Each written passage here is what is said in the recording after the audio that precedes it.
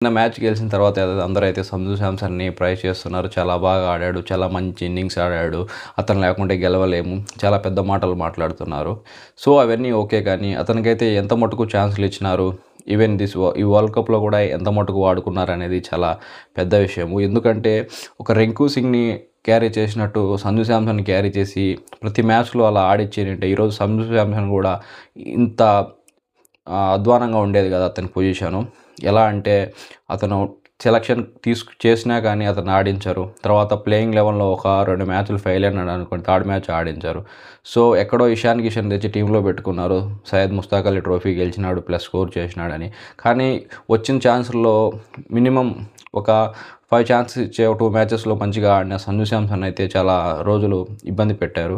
ఇక్కడ కూడా వచ్చేసి జింబాబ్వేతో పెద్ద మార్జిన్‌తో గెలిచాలన్నప్పుడు వాడుకున్నారు కానీ, లేదంటే సంజు శాంసన్ పక్కన పెట్టేసి ఆ రింకు సింగ్‌ని కానీ, లేకుంటే శివం అతను ఉన్నాడు కదా! ఆల్రౌండర్ వాషింగ్టన్ సుందర్ గానీ, వాళ్ళని క్యారీ చేస్తూ ఉండేవాళ్ళు. ఎక్కడైతే మనకి ఇబ్బంది జరిగిందో, సో, దానివల్ల అయితే ఈరోజు సంజు శాంసన్‌ని ఆడిపించారు. సౌత్ ఆఫ్రికాతో జరిగిన మ్యాచ్‌లో కూడా ఈజీగా గెలిచి, అక్కడ వాషింగ్టన్ సుందర్ ఒక 2 వికెట్లు తీసి ఒక 30, 40 రన్స్ కొట్టింటే ఈరోజు వచ్చేసి సంజు శాంసన్‌ని ఆడిపించేవాళ్ళు కాదు. సో, అక్కడ అతను పర్ఫార్మెన్స్ చేయలేకపోవడం వల్లనే అతన్ని డ్రాప్ చేశారు. అక్షర్ పటేల్‌ని ఆడించారు. నెక్స్ట్ వచ్చేసి రింకు సింగ్ ప్లేస్‌లో ఇక్కడ ఇతన్ని తీసుకొచ్చారు సంజు శాంసన్‌ని.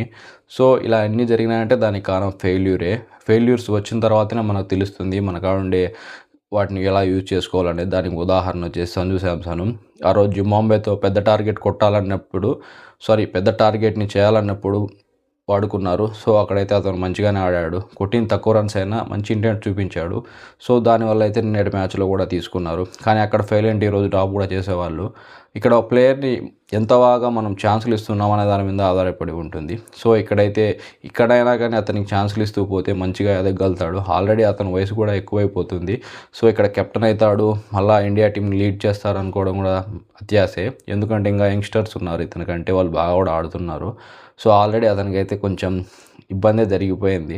ఇక్కడి నుంచైనా అతన్ని ఆడినన్ని రోజులు మంచిగా అతనికి ఛాన్సులు ఇచ్చి అతనికి సపోర్ట్ చేస్తారనుకుందాము. ముఖ్యంగా బైలాటరల్ సిరీస్‌లలో కూడా అతనికి రెస్ట్ ఇవ్వకుండా ఆడించుకుంటూ వెళ్తే బాగుంటుంది కదా! ఓపెనర్‌లలో వచ్చేసి ఇద్దరు లెఫ్ట్ హ్యాండర్‌లను ఆడించే కంటే ఒక రైట్ హ్యాండర్, ఒక లెఫ్ట్ హ్యాండర్‌ని ఆడియడం మంచిది. సో, దానికైతే మంచిగా ఉపయోగపడతాడు సంజు శాంసన్. నిన్నటి మ్యాచ్ ఉదాహరణ. ఇషాన్ కిషన్‌ని ఆడించుకోండి, అభిషేక్ శర్మని ఆడించుకోండి. ఇబ్బందేముండదు. కానీ అక్కడొచ్చేసి ఇతనికైతే అన్యాయం చేయకూడదు. ఇక మీదటైనా సంజు శాంసన్‌ని అంత తేలిగ్గా చూడకుంటే మంచిగా ఉంటుందనిపిస్తుంది. ఎందుకంటే ఇక్కడ ఉన్నటువంటి ప్లేయర్లు ఫెయిల్ అవుతున్నా గానీ అతన్ని పక్కన పెట్టడం అయితే మంచిది కాదు. ముఖ్యంగా అతని ఏజ్ కూడా అయిపోతూ వస్తుంది. సో, అతనేమంత యంగ్ ప్లేయర్ కూడా కాదు. ఇప్పుడు ఒకవేళ వేరే వాళ్ళు ఆడుతున్నారు నెక్స్ట్ టైం చూద్దామంటే అలాగే ఇయర్స్ వెళ్ళిపోయాయంటే నెక్స్ట్ అతను కూడా కన్సిడర్ చేసే వయసు కూడా ఉండదు. సో, ఇప్పటి నుంచైనా అతన్ని పర్టికులర్‌గా మంచి పెద్ద మ్యాచ్‌లు జరిగినప్పుడు ప్లేయర్‌గా కన్సిడర్ చేసి ఏదైనా చిన్న మ్యాచ్‌లు ఎలా అంటే జింబాబ్వేతో ఆడుతున్నప్పుడు, బంగ్లాదేశ్‌తో ఆడుతున్నప్పుడు వేరే వాళ్ళకి ఛాన్సులు ఇచ్చి ఎవరు అండర్-19 నుంచి వచ్చేవాళ్ళు అలాంటి వాళ్ళకు ఓకే. పెద్ద మ్యాచ్‌లు England, Australia, south Africa, West Indies ఇలా మ్యాచ్‌లు జరుగుతున్నప్పుడు అయితే ఇతన్ని కంపల్సరీగా టీంలో ఆడిస్తే బాగుంటుంది. మళ్ళీ రెస్ట్ పేరుతో కానీ, రొటేషన్ పేరుతో కానీ బయట పెడితే ఇబ్బంది అయిపోతుంది. అతను చాలా లో ఫీల్ అవుతాడు. ముఖ్యంగా చూస్తున్నాం కదా! ఈ వరల్డ్ కప్‌లో స్టార్టింగ్ మ్యాచ్‌ల్లో కూర్చోబెట్టడము ఓన్లీ సౌత్ ఆఫ్రికా మ్యాచ్‌తో తీసుకొని వచ్చారు. అక్కడ కూడా ఏందంటే ఒక పెద్ద స్కోర్ కావాలా, ఎలా అంటే ఏదన్నా చేయాలంటే బలమైన పరిమాణంలో ఎవరైనా బలమైనోడు ఉంటే తీసుకొస్తాం కదా! అలా చేశారు. అక్కడ కూడా అవసరం లేదంటే మళ్ళీ వాషింగ్టన్ సుందర్‌ని ఆడించేవాళ్ళు. సో, అట్లా వాడుకొని ఇడిచిపెట్టకుండా మంచిగా యూజ్ చేసుకొని అతన్ని కూడా ప్లేయింగ్ 11లోకి తీసుకొచ్చి ఎప్పుడో అతను రెస్ట్ కావాలన్నప్పుడో లేకుంటే గాయపడినప్పుడో అయితే టీం నుంచి బయటికి పంపించాలి. ఎవరు కూడా ఈజీగా బయటికి పోరు. ఆడాలనే చూస్తారు ఛాన్సులు ఇస్తుంటే. రింకు సింగ్ వచ్చేసి ఫెయిల్ అవుతున్నా, లేదంటే అతను బాల్స్ తక్కువ వస్తూ కొట్టలేకున్నా గానీ క్యారీ చేస్తున్నారు. తిలక్ వర్మ స్ట్రైక్ రేట్ సరిగా లేదన్నా గానీ ఛాన్సులు ఇస్తున్నారు. ఎందుకంటే ఫ్యూచర్‌ని చూసుకొని. సో, ఇతనికి కూడా ఫ్యూచర్ ఉంటుంది కదా! ఒక 2 ఇయర్సో, 3 ఇయర్సో, ఈవెన్ 4 ఇయర్సో. 4 ఇయర్స్ అంటే 2 వరల్డ్ కప్‌లు. అలా ఛాన్స్ ఇస్తే మంచిగా ఉంటుంది. సో, ఎక్కడైనా గానీ యూజ్ చేసుకొని తర్వాత త్రో చేద్దామంటే కుదరదు. ముఖ్యంగా ఒక పెద్ద ప్లేయరు, మ్యాచ్ విన్నింగ్ ప్లేయరు. అది కూడా అతనైతే రాజస్థాన్ రాయల్స్‌కి కెప్టెన్‌షిప్ చేశాడు. ఇప్పుడు చెన్నై సూపర్ కింగ్స్ కూడా చేసే ఛాన్స్ ఉంది. ఎందుకంటే టీమ్‌లో తీసుకున్నారు. సో, అటువంటి ప్లేయర్ టీమ్‌లో ఉంటే బాగా ఉంటుంది. ముఖ్యంగా అతని వ్యక్తిత్వం కూడా చాలా బాగుంటుంది. అతను వచ్చేసి ఎవరిని కూడా అంత ఈజీగా ఏమనడు.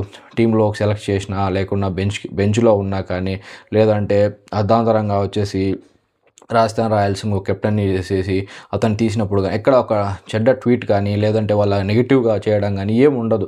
అన్నీ వచ్చేసి కాంప్రమైజ్ అయ్యేసి వెళ్ళిపోతుంటాడు చూద్దాంలే అన్నట్టు. చాలా మంచి వ్యక్తిత్వం అతనిది.